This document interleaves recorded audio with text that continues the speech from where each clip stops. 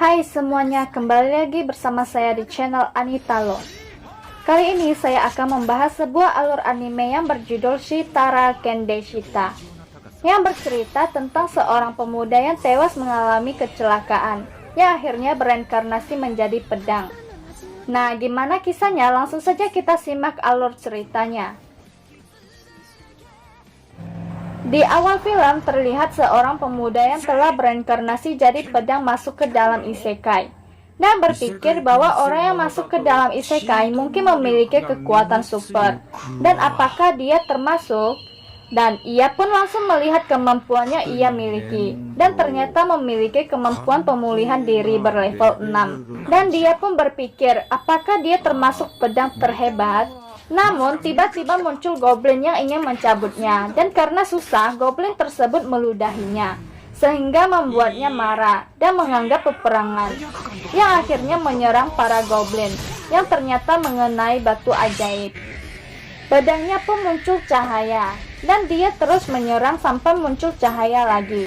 Melihat itu, dia pun melihat kemampuannya sudah meningkat, yang telah ia dapatkan dari batu ajaib tersebut, yang artinya dia memiliki skill penyerapan kemampuan. Namun ia sedikit ragu dan mencoba untuk menusuk goblin, dan ternyata benar bahwa ia memiliki skill penyerapan. Namun dia terlihat sedih karena tidak ada yang memakainya, dan berpikir untuk menjadi lebih kuat lagi. Dan karena ingin menjadi kuat, dia pun memutuskan untuk menyerang para monster supaya mendapatkan skill. Dan tibalah di sarang goblin, dan langsung saja ia menyerang para goblin untuk menyerap batu ajaibnya, dan juga menyerang raja goblin sampai tewas, dan juga menyerang target selanjutnya, yang akhirnya mendapatkan sihir api. Dan di keesokan harinya ia melanjutkan menyerang para monster di berbagai area. Dan setelah selesai, dia pun memutuskan untuk mengejar hewan yang lebih kuat, yang akhirnya mendarat ke sebuah hutan. Dan karena terlihat sangat biasa, dia pun memutuskan untuk pergi. Tetapi ia tidak bisa mencabutnya dari tanah. Yang ada sihirnya hanya terserap ke dalam tanah. Hingga 3 hari pun berlalu, dan dia pun berharap akan ada elf pendekar cantik yang datang untuk mencabutnya. 10 hari pun berlalu, hingga putus asa, dan berkata bahwa elf jelek atau zombie pun tidak masalah untuk mencabutnya. Dan 1 bulan pun berlalu, ia pun merasa putus asa dan terus berteriak akan kemampuannya. Dan di sisi lain terlihat sebuah kereta yang membawa para budak dikejar sama Queen Hitbeard, yang mencoba menyerang mereka. Dan di sana terlihat seorang gadis yang memiliki telinga kucing untuk mencoba menyerang beruang tersebut.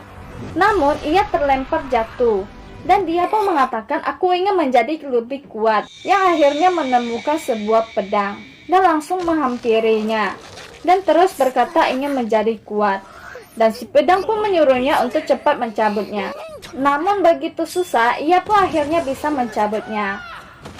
Begitu ia selesai mencabut, gadis itu langsung menggunakan pedang tersebut untuk menyerang beruang itu sampai tewas. Setelah selesai, datanglah bos perbudakan dan bertanya dari mana asal pedang itu, apa dia yang mengalahkan monster tersebut, dan juga menyuruhnya untuk menyerahkan pedang itu. Namun si gadis menolak, tapi karena si gadis mengenakan kalung perbudakan, jadi tidak bisa berbuat apa-apa.